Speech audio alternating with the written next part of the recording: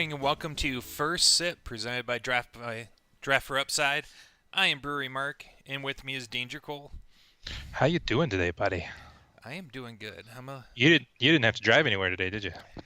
No, but I was up all night cleaning horse stalls, and then we had to get the horses out of the pasture at 4 this morning. That sounds fun. Ugh, no. I'm like my sixth cup of coffee trying to stay awake. Yeah, baby. Get on it. Well, I've been beer sampling all morning, so that's my normal gig. Oh, So tell us, that's tell good. us. What are you sampling? Well, just a couple of new batches getting ready to be kegged. Just had to do a little quality control, so several things, of course. So it's the rough part of being in the beer industry at the brewery level is having to taste all of this beer and make sure that it's delicious. Anything you can share? Any new standouts or anything? Yeah, nothing new. We're getting ready for our trade show with our biggest distributor here in Southeast Michigan, Rave Associates. Next week from tomorrow will be their biannual trade show. Am I saying that right? Every other year? Biannual? Yep. Or does that mean twice a year? I don't really know. Semi-annual? I don't know. Semi-annual? No, no. Who knows? Semi-annual would be twice a year, so it's biannual. Yes. Biannual. There Yep. we go. Yeah, English lessons with Mark. Yeah, so that's fun, and got to make an emergency delivery on beautiful icy roads today. So at least I brought the truck out, and I'm not driving the little teeny itty bitty work car. Well, that's good. Four-wheel drive. Yeah, oh yeah, Wow. yeah, and loaded down with plenty of beer, so it'll be good weight. Yeah. Just remember, all vehicles, four-wheel drive or not, are hockey pucks on ice. This is true story. Yeah, true story, and it's pretty nasty out there. It's about a solid 3/4 of an inch of solid frozen rain on pretty much every surface everywhere right now. So it's Oh, the joys of living in Michigan. yeah, go Michigan. Love it. Some of the people on here are from the Boston area. They feel us too. So Yeah, they usually get whatever we get just a day later. yeah, true story. So hey, how about a little recap of yesterday? Did you play any of those NHL lineup spots that you suggested yesterday? I did, and they all hit. So, Beautiful. just to recap, I recommended Hurdle and Kane, Crosby and Roost. Um, Copley from Washington was probably the weakest spot, and they all hit. Um, Everybody had multiple point games. I don't know if anybody out there stayed up to watch the San Jose game on the east. We're on the East Coast, but San Jose just slaughtered Vancouver. As you said they do. Yep, and my value pick of Joe Thornton came through. He had an assist. He always scores a point against Vancouver. Mhm. See, just got to come on here and listen to Brewery Mark. He will make you money in your hockey cash lineups, baby. Yeah, my cash lineups hit. GPPs were a little bit tougher as they usually are. If I had Copley gave up 4 goals, so he was kind of an average goalie for the night.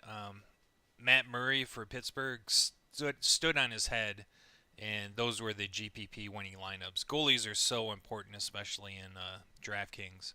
Hmm. So if you had Matt Murray, man, he was just on fire, and that was the only minor regret I had of those recommendations yesterday. Oh, sure. I mean, it was a 3-game slate, so there wasn't a huge amount to choose from. No, not like tonight with a giant 12-game slate that I'm still kind of going through. Yeah, man. Well, Chris couldn't join us today. Chris is having an interview for like a real job. I don't know what that's like. So, I got one of those later too. oh, look at you guys. Yeah, no, I prefer my work for beer strategy. It works well for me. Oh, I wish. So, yeah, no, you got to get you a wife who makes twice what you make, like I do. That's the key, Yeah, exactly. right? That's what I'm saying. So, Chris sent me a little recap. Of course, I don't know anything about the NBA, but we're working on it, right? So, it was a 9-game slate last night, and he had suggested Zubac and Parker, and they both were duds at high ownership. He said that was rough, but everything else that he had recommended was pretty much on point. Chris delivered a 7.2 times value on FanDuel and 8.9 times value on DraftKings. That's a hell of a pick right there, huh? Yeah, well, that was great. Yeah, I said Giannis just edged out PG-13 as top stud, and Blake ended up third in total points. He said Blake and Drummond for the Pistons would have monster games, and they did. He suggested that Dennis Smith Jr. would hit value, and he did. And he liked his stack picks of games. New York and Cleveland, Detroit and Washington were both the best stacks of the night. So I think this guy maybe knows a little thing about NBA, huh? Yeah, I think so. I mean, I'm glad to have him on our network, on our team, Hmm. because That's I right. because I don't know anything about it, and maybe he can win me a few bucks. That's right. And he also said to take Denver at the minus 10.5 over, and they performed. So let's see here. He said most important thing for the NBA is to pay attention to the news and watch your lineup lock, and that Satoransky was ruled out for the Wizards late, which made Beal and Randall most must plays. He said Beal had a huge game, but Randall was kind of a dud. But if you transitioned over to Beal, then you were happy. Very nice. That's right. So he's got a few picks for tonight. He said his values are Kenrick Williams at 4,900, and Jonathan Isaac at 5,100, and Ivan Rabe at 5,600. He said really isn't much value on the board at 8 a.m. when he was sending this to us, but things can change. So NBA is a lot of lineup lock stuff. A lot of guys get swapped out and changed and rested. So it's really hard to write NBA articles in the morning. But if you pay attention, hopefully we'll get in the habit of tweeting out any lineup changes as they come along throughout the day. So pay attention to Draft for Upsides, Facebook and Twitter. Yeah, and I wanted to point that out too. Is we're broadcasting this at 11:30 a.m. In NHL and NBA lineups are usually around 7 o'clock at Hmm. night. Same thing happened with some of the recommendations. Like I recommended Bruce and um, um, um, um, um, um, Crosby yesterday, based on the fact that Melkin was out and the other center went out the other day. Well, it ends up they both played, Right. and There you go. they didn't know what to do with them, so they put them on the same line, and they Hmm. one got an assist and one scored. Now Crosby and Roos still came through for us, Sure. but that's something you got to make sure you look at. And we had the goalie situation too yesterday, where Hmm. I was first talking play Holtby, and then it came across the wire that Holtby wasn't playing; his backup was.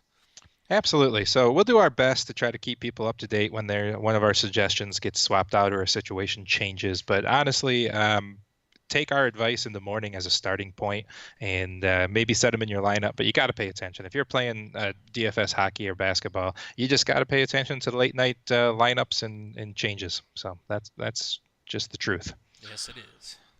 Oh yeah. So then what did Chris else did he have in here? Anything else he wanted to share with us? Let's see. He said his studs for DraftKings are Embiid at 10.2, Holiday at 8.5, and Nikola Vucevic. I probably murdered that, but that's fine. At 9.5. His favorite game stack minus Davis is Orlando and New Orleans, and he likes New Orleans at plus 4.5 for his straight bet. Nice. Oh, over on FanDuel, he's saying fade Anthony Davis. He likes the Curry, Embiid, Simmons. Not a huge fan of high-priced guys tonight, though. Look for more balance. Jonathan Isaac at 6,400. Kenrich Williams at 6,100 is harder to play, but still viable. And at small forward, and Gordon Hayward at 5,300 is a solid play with Irving out. Overall, the pricing on FanDuel is pretty sharp today. Nothing stands out. Pick two of the small forwards I listed and build from there. Play on DK if you can. He likes the pricing there better. He likes Isaac and Kenrick will be lower owned than they should be. So that is Chris Emmerich's NBA review and breakdown from yesterday to today's games, and hopefully y'all made some money. Yeah, so it sounds like he's going for more of a balanced approach tonight instead of the stars and scrubs approach.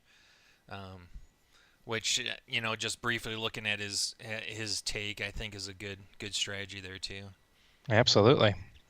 And then speaking of Chris, if you follow us on draftforupside.com, we are one of the few sources covering the American Alliance of Football, And this morning we posted the first of a series of AAFF articles by Chris Emmerich. Oh and yeah. and you think his NBA stuff is detailed. Whoa, wait till you see these articles. He breaks down every game from week one. Later today, we'll be posting his DFS results from week one. Yes, there is DFS AAF out there, so we are playing it, and we're gonna talk about it. So check us out, draftforupside.com. And I'll post it on the live chat going on right now at LennyMelnickFantasySports.com. Click on the listen live, and you can hear us every morning from 11:30 to noon, and Wednesday nights from 7 p.m. to 9 p.m. Yeah, I'm excited to get to the 7 to 9 p.m. show this week. We have a nice PGA tournament coming up, AAF week 2. It's going to be exciting. All right, where do you want to go from here? We're already halfway through the show. Look at that. Oh. Well, there's not a ton of baseball DFS, so why don't you give us your thoughts on hockey and what you've been getting ready, and you can maybe post a finalized article later. I can do that. So, NHL DFS tonight. Tuesday is always the biggest night. We have 12 games going on tonight. 24 teams in play. These are fun times. Now, what I'm gonna do here is break it down a little bit. There's 4 games I think you should target in DFS. That's Arizona at Vegas. That has the largest odd differential, with Vegas favored money lines 235. Toronto at Colorado. These are 2 of the biggest offensive teams in the league. The other big shootout is going to be Calgary at Tampa Bay. Calgary's probably the hottest team in the league right now, and Tampa Bay, of course, is way out in front of everybody else. So 2 of the hottest teams going at it. And then this one's kind of sneaky. So Vegas has the Chicago at Boston game. Has Boston favored money lines 230, and that's huge in the NHL. But so what I want to point out here is Chicago, since they changed goalies, they changed coaches, they rearranged a few things. They have been on fire since the All-Star break. They are scoring a ton of points and they are winning games. So I don't think this reflects the correct odds this game winning. Chicago could actually pull this out, although Boston's super tough. But it's a game that you can pick out a few players and get some points off of this tonight. All right. Grab a sip of coffee here. Yeah, I'm still drinking on that Hyperion coffee, baby. It's so good. I can't give it up. Yeah, I got to get me some. You just got to go to Hyperion. I just had their webpage up, darn it, and I closed it. I think it's just HyperionCoffee.com. But I'll find it for you, and they will ship. It's delicious. We'll send it to you. Nice. I'll go on there and order some. Yeah, HyperionCoffee.com. Okay. All right, so it's still early in the morning, so you do want to go and make sure you double check all this stuff I'm about to tell you. So I'm going to break this down by position, I think, for this, and we'll start out with goalies. So if you're playing cash, you want a super reliable goalie who's going to win the game. For that, tonight is Marc-Andre Fleury for Vegas. They have the best odds of winning from Vegas. They're playing Arizona. Arizona is one of the worst teams in the league. They don't score a lot. They don't shoot a lot. They have poor defense. This is your as close to a guaranteed win for a goalie as you can get. So he's also going to be obviously top price line. So great for cash. GPP, I'm going to go elsewhere, and that's going to be Anders Nielsen. Now, only play him in a GPP. Do not play him in a cash game. Ottawa is projected to lose this game, but they're playing pretty good right now, and they're playing Carolina, and this is why I like it. Carolina leads the league in Corsi, 4 shots. So they shoot a ton on goal. He will get a ton of saves, which means you get a lot of DFS points. If he can pull out the win, then you have a goalie that's going to be low owned at a low price, and you can pull out a GPP that way. And the other thing is Carolina, even though they lead in Corsi, they don't get quality shots. Their quality shots are really low, but they put a ton on the net. So it's a pretty safe play that he's not going to give up a ton of goals. I don't expect a ton of goals in this game. So I think it's a good GPP only play. Don't play him in cash. That's Anders Nielsen. Hmm. Are you following along, Danger?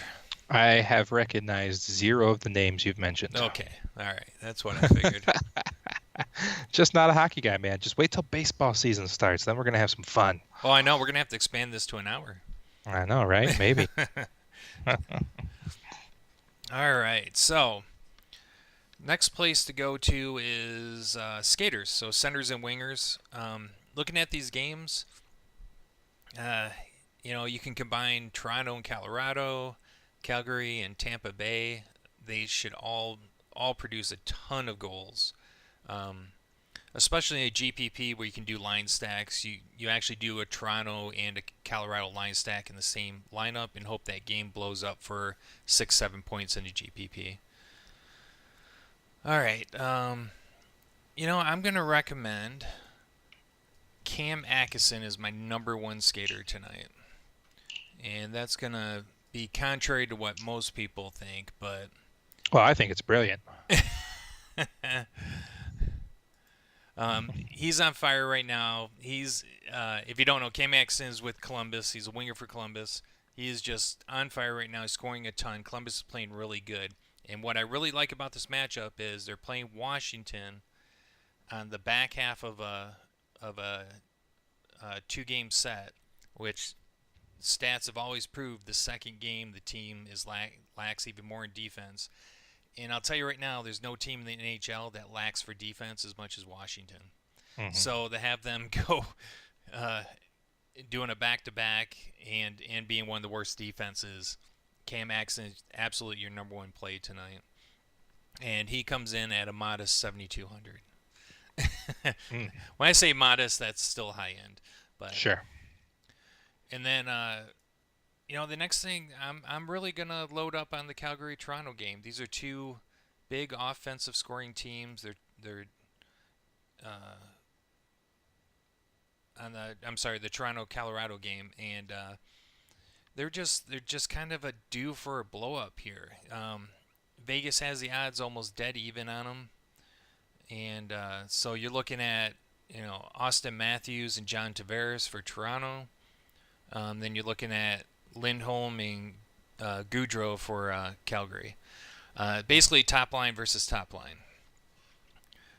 Neither of them play great defense. They give up a ton of shots, and they score a ton of goals. So I'm looking at that to shoot out. And then the other game to shoot out is going to be the Calgary at Tampa game.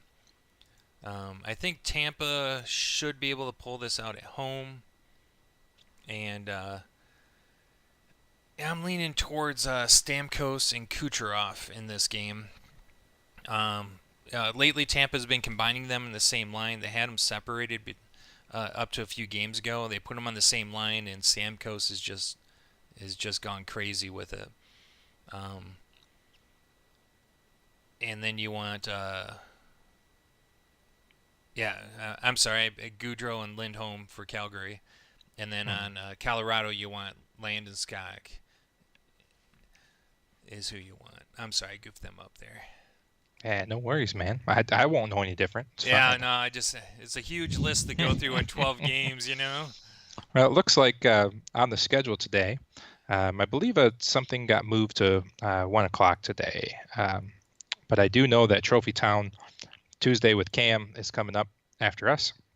JJ Sports Talk at 2 o'clock. And then it looks like at 3 o'clock, Best Pucking Podcast with Lou Landers and JJ Work. Is that a hockey show, Mark? That is a hockey show. Yeah, you should jump in the chat room and share some knowledge. I listen every week. I like it. After that, we got Chappie's Fantasy Chat at 7 o'clock, followed by Lenny at 8 o'clock. We got Easy Kill around the table with Easy Kill and Friends that goes, I believe, 10 to midnight Eastern. Someday one of us will have to get on there and goof off with them. That sounds like fun. Yeah, absolutely. Yeah. So is that it for hockey for you for now? Maybe you'll post a quick article later that you can follow us on draftforupside.com. Yeah, let me I just want to throw out a couple super good values that I picked out. Hmm. Um, my value play of the day for GPP is you're gonna love this name, Sean Gabriel Pajot Ooh, very nice. from Ottawa. A French Canadian, perhaps. Yeah, probably. Yeah. Uh, for Ottawa. So, man, the last 5 or 6 games, he's putting 5 or 6 shots on goal. Um, he's finally starting to squeak some through, and he's only 3,200 on DraftKings, which is almost rock bottom. I like Boone Jenner, Columbus, same theory as before. Washington's on the second half of a back-to-back, and Columbus is scoring a ton of goals right now. And then Nino Niedermeyer from Carolina. It's another. He shoots a ton of pucks at the net. He's going to give you value. And my token Nashville player Craig Smith. He's on a Ooh, total. I can pronounce that name. Yeah, he's on a total heater right now, and he's going against my Detroit Red Wings, who are one of the worst defensive teams in the league. So Which is sad, seeing that was the hallmark of most of their success was fantastic defense. yeah. So he'll be going up against Anders Eriksson, which in my mind is one of the worst defensemen ever. Um, so I expect him to score tonight. Oh yeah, I expect to score tonight. Hey, oh, Oh, and then defense, your top defense, you want Buffalin, Giordano, and Victor Hedman from Tampa. And then if you're looking for a value defenseman, Justin Falk from Carolina, and Nate Schmidt from Vegas. fantastic, man. Well, I appreciate that breakdown. It was way over my head, but that's fine. Well, that's fine. Hopefully, someone out there will be happy with it. Yeah. And if you And guys want to listen to more hockey, of course, you will catch the Best Pucking Podcast with Lou and JJ at 3 o'clock. yep, and I will post all these recommendations up to our website, draftforupside.com, and on our Facebook and Twitter accounts. Excellent. So, as we're doing on our weekly show, Wednesday nights, right here on LennyMelnickFantasySports.com from 7 p.m. to 9 p.m. live, we've been doing kind of a beginner's guide to fantasy baseball season long, and during these daily shows until the season starts, I'll probably go over a little something every day, and we have just a couple of minutes left here before we got to clear out of here and let the next show take over. But one of my favorite things to look at, and it's very basic, and everybody that's playing DFS already knows this, it's not something you hang your complete hat on, but something worth mentioning is what they call park factors. Do you know what park factors is, Mark? I do not. Park Factors is showing you, and you can simply go to ESPN and type in their search bar Park Factors, and you can search by year. It does change. They change the ballparks every now and then. But you can go there and you can sort different things by ballpark. So usually people are looking at home runs by ballpark to figure out which fields give up the most home runs, and it's just something to keep in your mind. It's not necessarily what you have to build your lineups on, but if you're stuck between a couple of guys and they're very similar situations and very similar pitching and very similar salary and everything, if you got to make a pick, sometimes you can look at things like home runs, park factors. So that's really easy. Just type in MLB park factors. Lots of places have them. I just like to use ESPN because it's easy and everybody understands it. But the park factor number one last year was Great American Ballpark, which is in Cincinnati. It's where the Reds play, and the Reds have really built up a big lineup this year. They've brought in some monster bats, and I can't wait to see what happens there and see that number go even higher. So yet another reason why I'm on the Cincinnati Reds bandwagon for the year and have abandoned the Tigers for 2019. You're abandoning the Tigers. I am. Not abandoning them, though. I just want to root for somebody fun. And so I've decided to go over to the NL, so I'm not cheating on myself over there. And the Cincinnati, man, maybe we'll go down and catch a game down there this year. I could handle that. Yeah. Unfortunately, we're doing a collaboration with Listerman's Brewing Company in Cincinnati, but we're doing it in like 3 weeks, and it's not baseball season yet.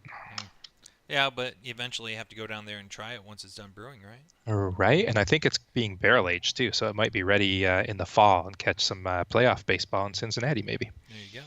They have a nice stadium there. Yeah, I've heard it's fun. So I like PNC Park's one of my favorites in Pittsburgh too. When I was there, they had this giant barbecue company like right behind center field, and it was just like barbecue smoke the whole time, and the wind was coming from that direction, so the whole field was just covered in delightful like smoked barbecue smell. It was amazing. That's how they get you, and then you get hungry and you go buy more concessions. Right, and you go buy like $15 for three boned ribs.